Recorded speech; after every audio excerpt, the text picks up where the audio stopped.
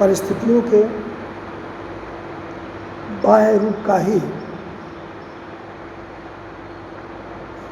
विश्लेषण नहीं किया जाता,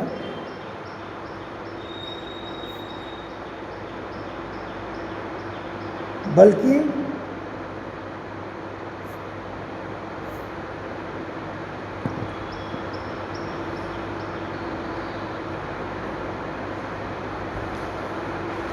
आंतरिक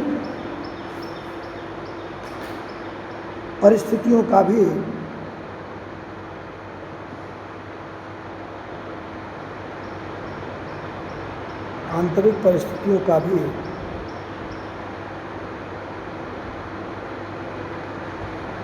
विश्लेषण किया जाता है।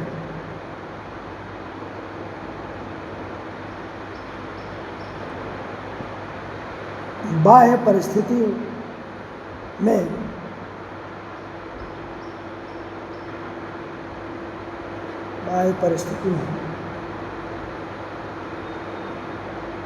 भूमि की बनावट,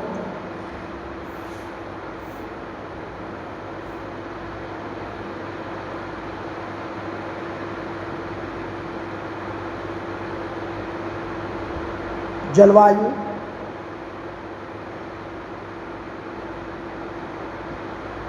नैसर्गिक संपत्ति,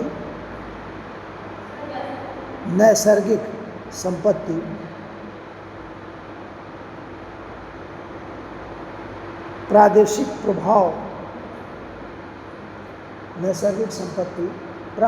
प्रभाव आदि आते हैं।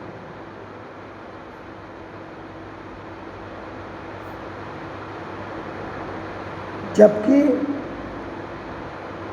आंतरिक परिस्थिति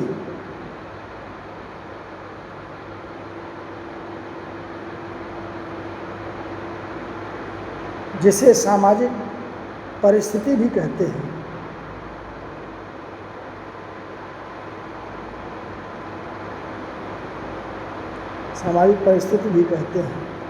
के अंतर्गत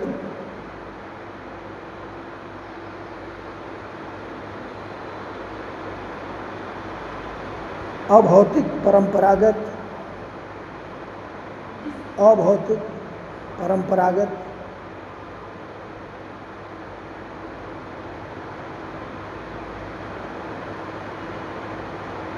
चीजें आती हैं।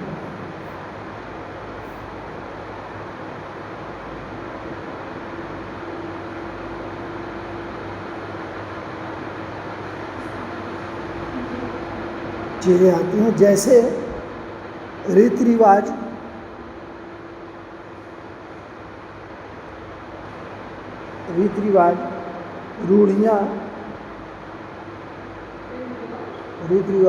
रूढ़ियाँ, चलन,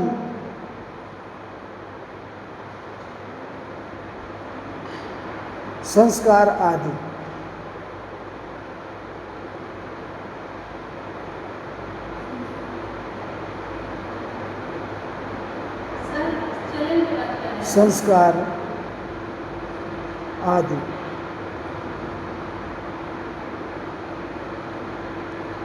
सामाजिक परिस्थिति के महत्व को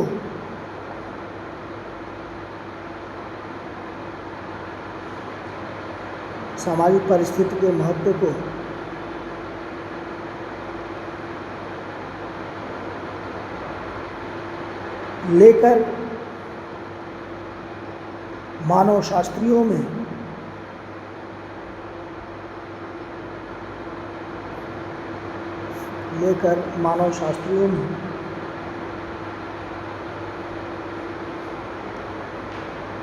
मतभेद पाया जाता है।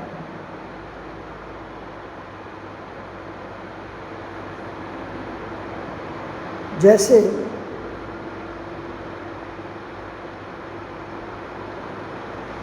मॉन्टेस्क्यू,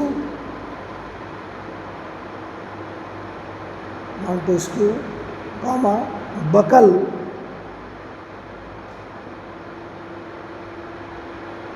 और लीपले का विचार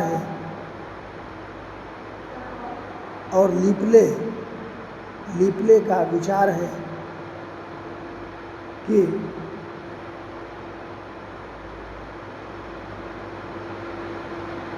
भौगोलिक परिस्थिति का प्रभाव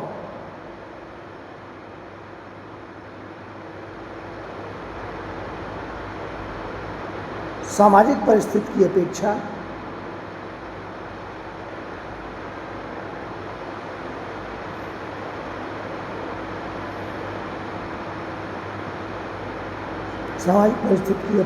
कहीं अधिक है,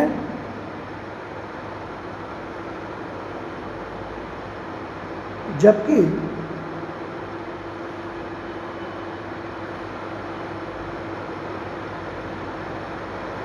सोरोकिन का मानना है कि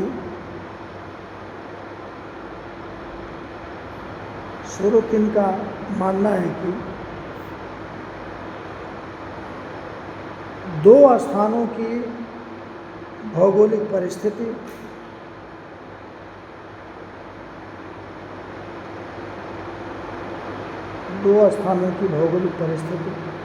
समान होने पर भी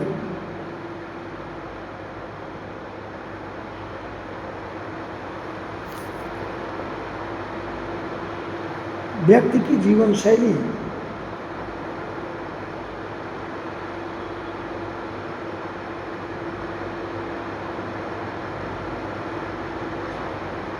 समान नहीं होती है।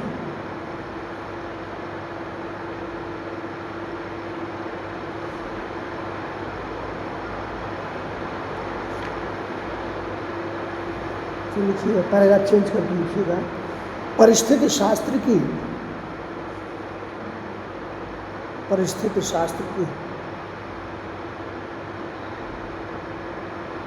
परिभाषा देते हुए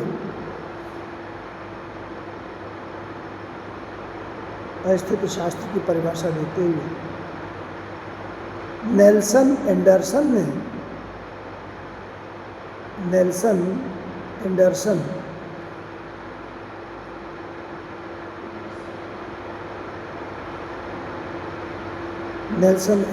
एंडरसन ने बताया कि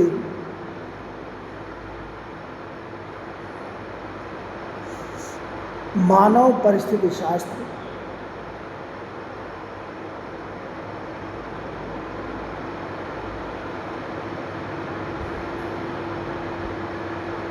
मनुष्य का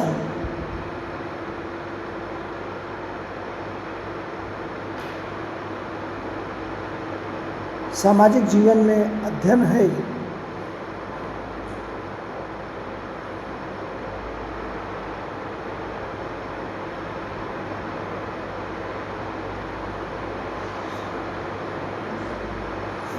अध्ययन है कि वह किस प्रकार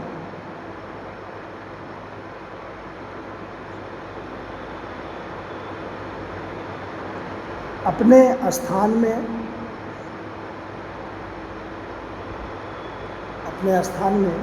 समायोजित होता है।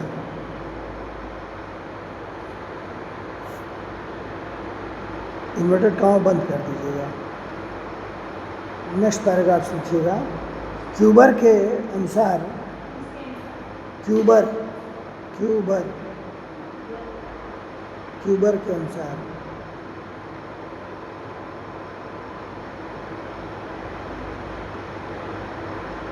परिस्थिति शास्त्र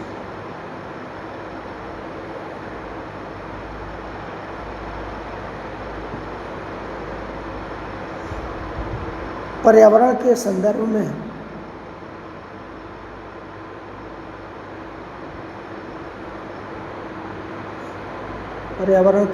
में मनुष्य तथा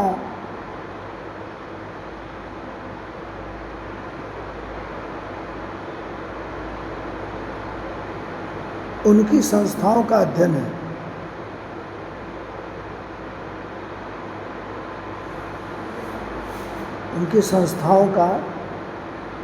है।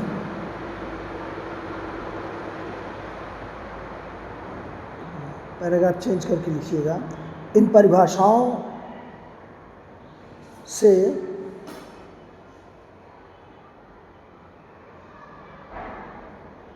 इस तथ्य का पता चलता है कि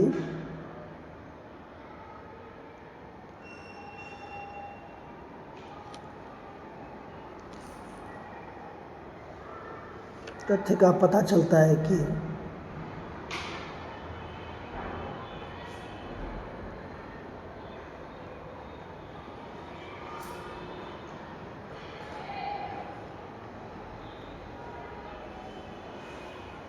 परिस्थिति शास्त्र पर्यावरण का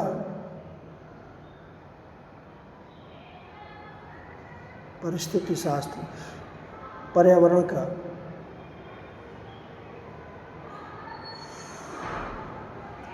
मानव समाज के संदर्भ में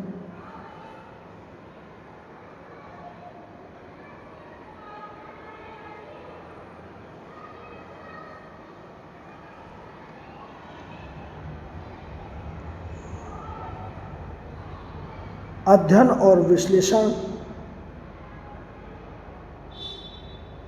करता है।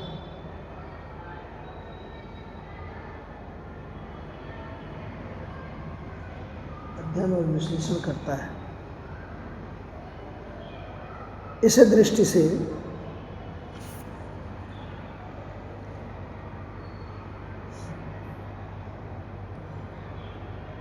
नगरीय परिस्थिति शास्त्र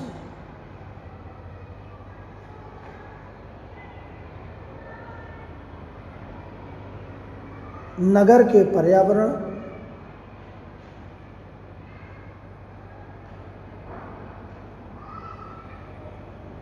और व्यक्तियों के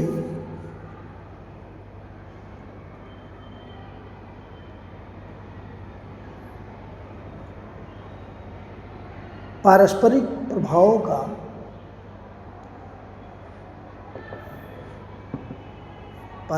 प्रभावों का अध्ययन करता है।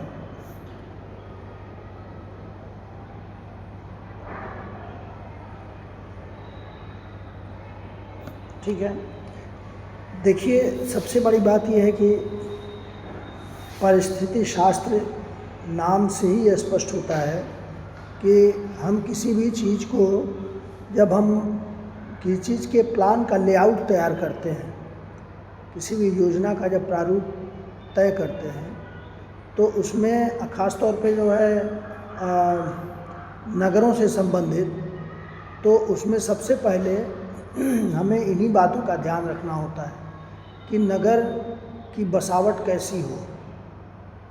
कोई नगर बना रहे हैं, कोई नगर बसा रहे हैं, तो उसमें सबसे बुनियादी चीज़ क्या होती है? सबसे बुनियादी चीज़ होती है कि उसकी कनेक्टिविटी क्या है। बहुत अच्छा मकान हो, लेकिन आप निकलें तो 4 फीट की गली रहे, तो उस मकान का कोई मतलब नहीं, क्योंकि संपर्क मार्ग से उस मकान तक आने के लिए आपको 4 फीट चौड़ी गली ही मिलेगी। तो ऐसी जगह पे जो भवन बनाया जाएगा, वो उसको कहा जाता है कि असंतृप्त निर्माण। वह उस परिस्थिति तथा देश काल की उसके आधार पर वह जो है निर्माण सही नहीं हुआ है। दूसरी चीज़, आज के दौर में जहाँ पर यातायात के साधन जो है हर जगह सुलभ हैं, तो ऐसे स्थानों पर अगर निकलने का और उसमें प्रवेश करने का अगर स्थान न सुरक्षित हो, तो फिर उसका कोई मतलब नहीं है उस भवन का। यहाँ तक कि जो पहले गांव में दरवाजे पर बाउंड्री नहीं होती थी, कॉलोनियल डेवलपमेंट में गांव के सीमान को निर्धारित किया गया था। चौहद्दी क्या है?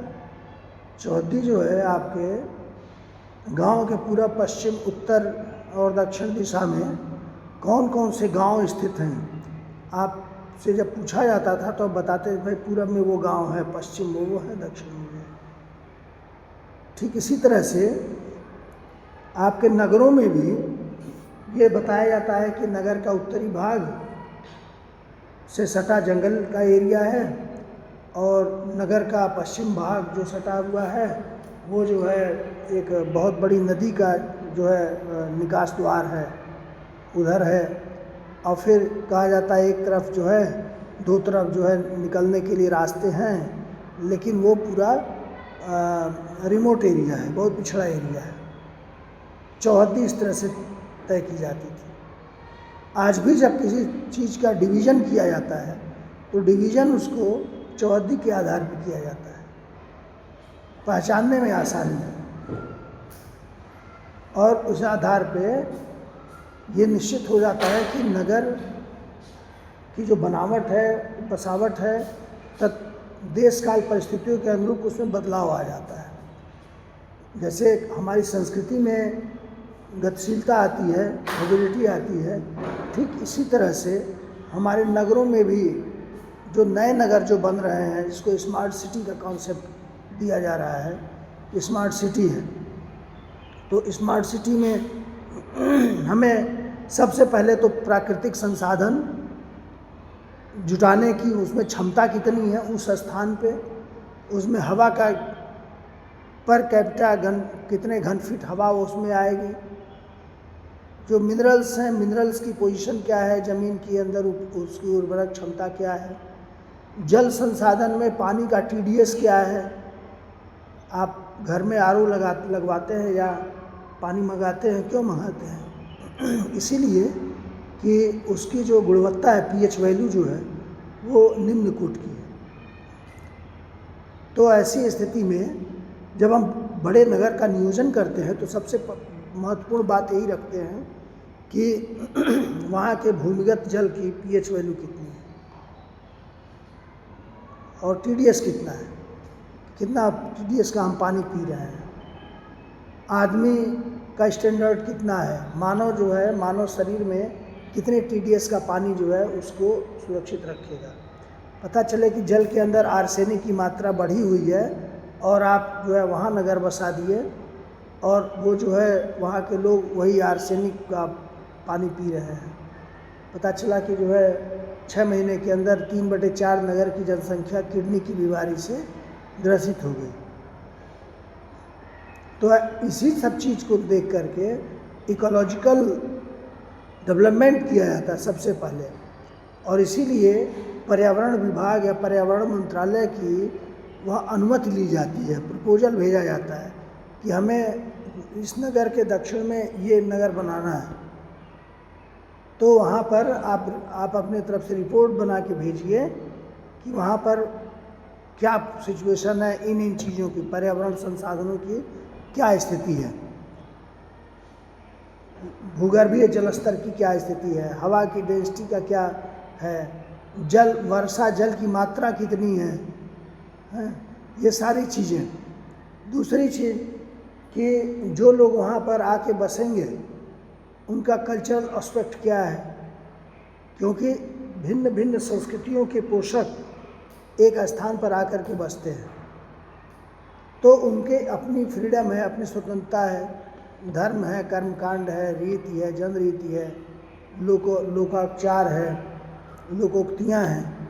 ये सब क्या है, ये जो है कॉम्प्लेक्स इंस्टीट्यूशनल अप्रोच हैं सोसाइटी को फॉर्म करने के लिए, सोसाइटी को इस्टेब्लिश करने के लिए। ये सारे बिंदु जो हैं वो बहुत ही महत्वपूर्ण होते हैं। तो ऐसी स्थिति में हमें सामाजिक परिस्थिति के साथ साथ भौगोलिक परिस्थिति का भी अध्ययन करना होता है, तब जाकर के किसी संक्षिप्त नगर का या व्यापक नगर में संशोधन कर सकते हैं या किया जाता है।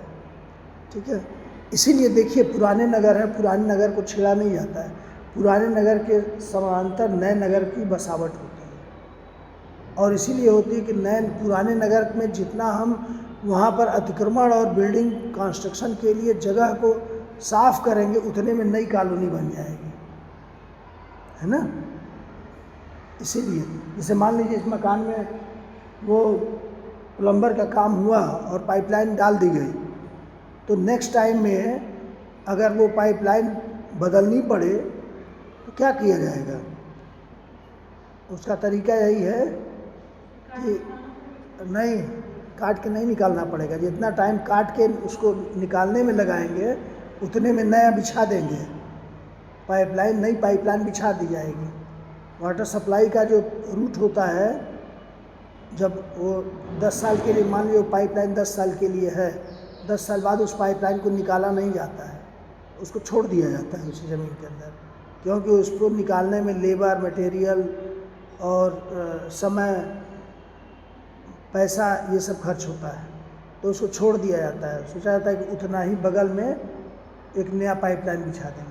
ठीक इसी तरह से इसमें बाईपास कर दिया जाता है कि वो चीज़ जो है साइड से उसका होता है। लेकिन अब जो है नया जो कंस्ट्रक्शन जो हो रहा है वो कर दिया कि जैसे ये दीवार है तो पाइपलाइन ले जानी है तो उसको दीवार के अंदर उसको कंक्रीट में नहीं डालेंगे, नहीं, उसकी पैकिंग होती है, उसमें ब्लॉक बना करके छोड़ दिया जाएगा और बाहर पैकिंग कर दी जाएगी, ताकि कभी ज़रूरत पड़ी तो वो पाइपलाइन जो है वहाँ से ड्रिल कर खोल के प्लेट निकाल के और फिर उसकी मरम्मत की जा सकती है या उसको रिप्लेस किया जा सकता है।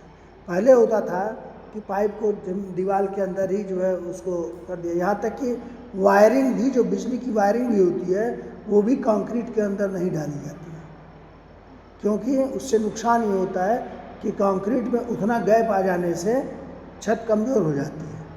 तो उसके लिए भी वही पैकिंग और ब्लॉक बनाए जाते हैं और छत में भी ब्लॉक बना दिए जाते हैं और उसमें पैकिंग कर दी जाती है, ठीक है ना। इसलिए कि मूल संरचना को बिना विस्थापित या बिना किसी प्रकार से क्षति पहुंचाए हम अपना ये काम कर रहे हैं। तो ये चीज़ जो है हमारे नगरीय परिस्थितिकी शास्त्र में ये कहा जाता है कि वर्तमान जो है परिस्थिति के अनुसार जो है नगरों का निर्माण किया जाता है। अब इसमें लिखिए, हेडिंग डालिए,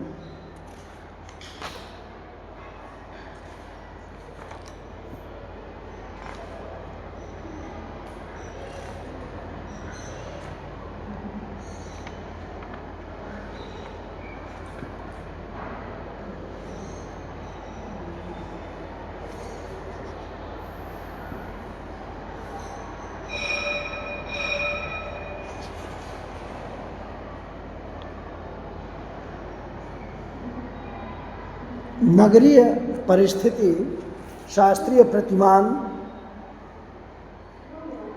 नगरीय क्या, लिखो लिखो लिखो,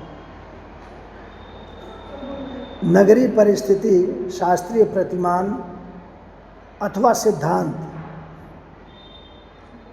अभी कॉन्सेप्ट और थियरी, प्रिंसिपल वो बता रहे थे, अब उसका जो है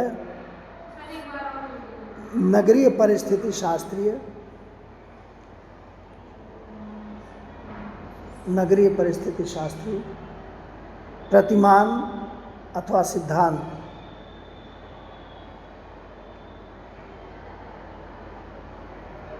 इसमें लिखिएगा, सीमेंड रीमर ने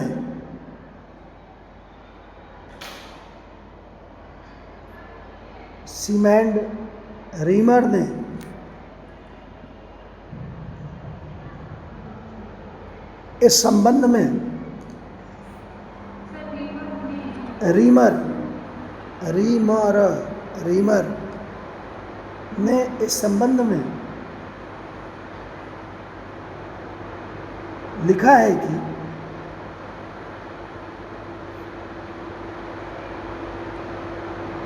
समाजशास्त्र की रुचि है कि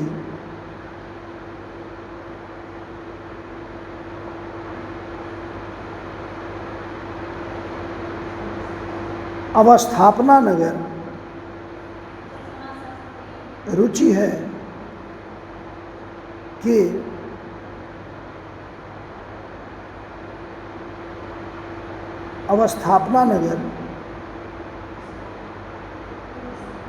अवस्थापना नगर की नियमित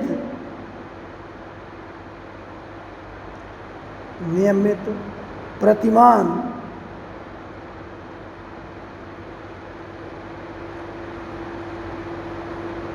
बिना किसी निर्धारित उद्देश्य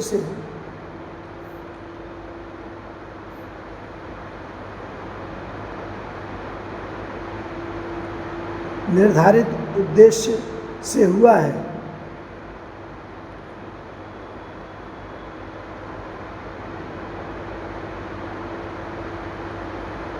और इन प्रतिमानों में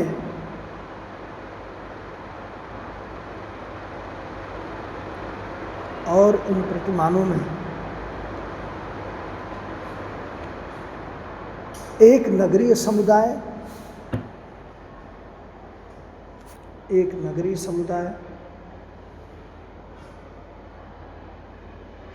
दूसरे नगरीय समुदाय में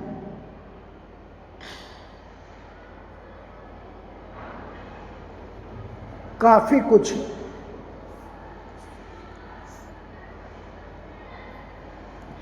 समानता मिलती है।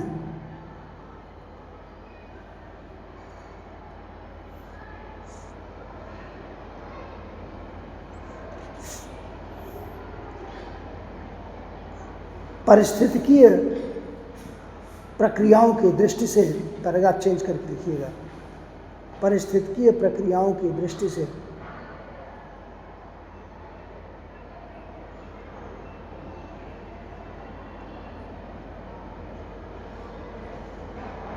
नगरीय अवस्थापना के अंतर्गत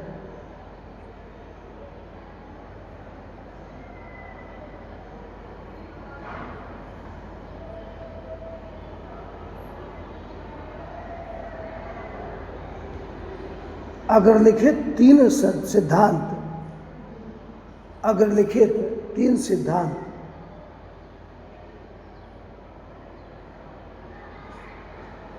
की व्याख्या की जाती है।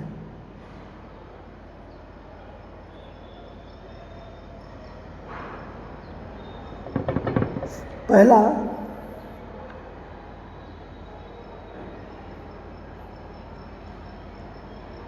कार्यों का विभेदीकरण, पॉइंट है, कार्यों का विभेदीकरण। दूसरा, वर्ग पृथक्करण।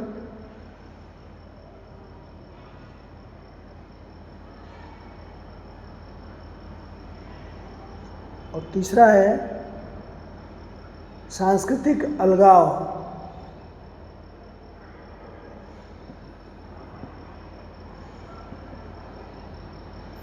ठीक है। अब देखिए, जैसे अब पहला जो सिद्धांत है, इसमें तीन प्रमुख सिद्धांत किसी भी नगर के लिए महत्वपूर्ण माना गया है। जैसे कार्यों का विभेदीकरण है, तो कार्यों का विभेदीकरण का तात्पर्य है कि किसी भी नगर में नगर नियोजन के अंतर्गत आने वाली प्रमुख बातें सारे नगरों में समान रूप से पाई जाती हैं।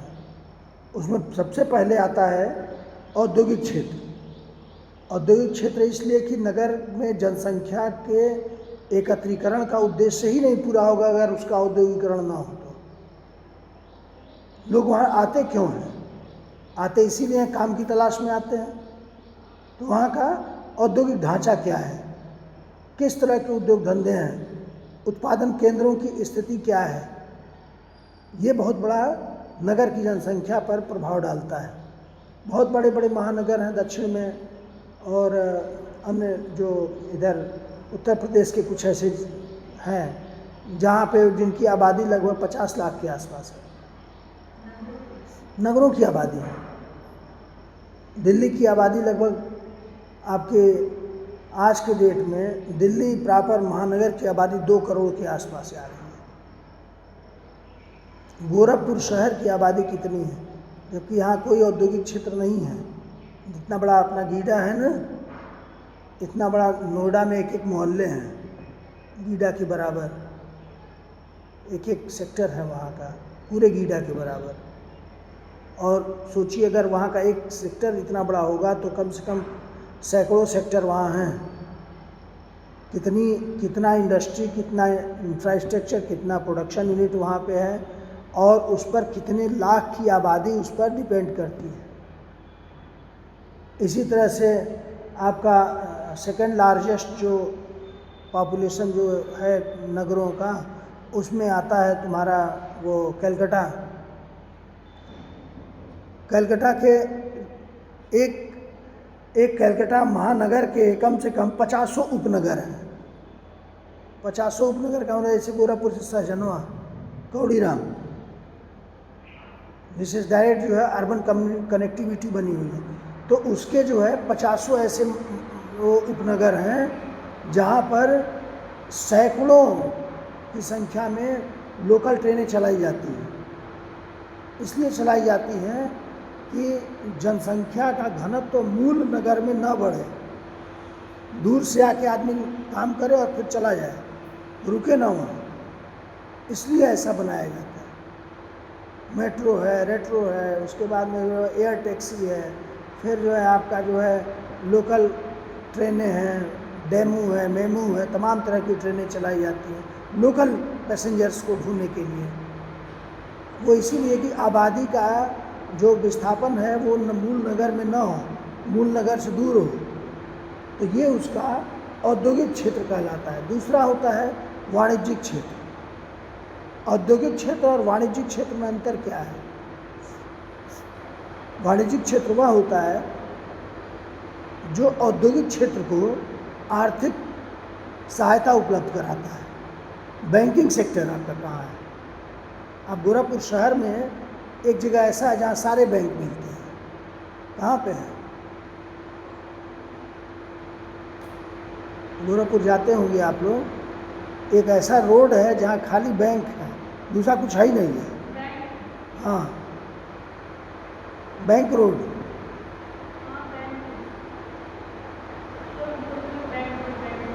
बैंक रोड है। विजय चौराहे से जब इधर बढ़ते हैं टाउन हॉल की तरफ तो सारे बैंक हैं। हाँ, वो जो है सिर्फ वो बैंक रोड ही कहा गया, इसलिए कहा गया कि वहाँ पे खाली बैंक के हेड ऑफिस होंगे। एक जगह ऐसा बनाया गया जहाँ पर कि इलेक्ट्रॉनिक्स गुड्स मिलते हैं, वो है आपका नखास, वहाँ सिर्फ इलेक्ट्रॉनिक पार्ट मिलते हैं। एक ऐसा क्षेत्र है जो सिर्फ कंप्यूटर के और तमाम इलेक्ट्रिक इक्विपमेंट्स मिलते हैं, वहाँ पे शाही मार्केट, वो बना दिया गया है इस तरह से। हाँ, आपका कैंट है। कैंट क्या है? कैंट जो है आपका प्रशासनिक केंद्र है कैंट, पूरे शहर का।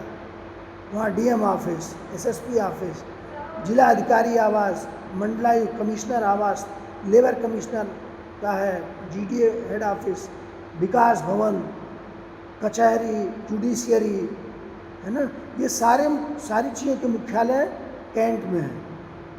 और किसी भी शहर का मुख्य प्रशासनिक केंद्र वहाँ का कैंट होता है, और वहीं से पूरे शहर की कानून और व्यवस्था को नियंत्रित किया जाता है। वो उसका बनावट ऐसी जगह पे होता है जहाँ से शहर के किसी भी कोने में पहुँचना आसान है। इसीलिए देखिए, एक कैंट से सारे थाने जुड़े होते हैं। कैंट होता है और दूसरा कोतवाली होता है, जो रिहायशी एरिया है, आबादी वाला एरिया है, वो जो है कोतवाली के अधीन आता है, और उस कोतवाली के अंतर्गत कई थाने आते हैं।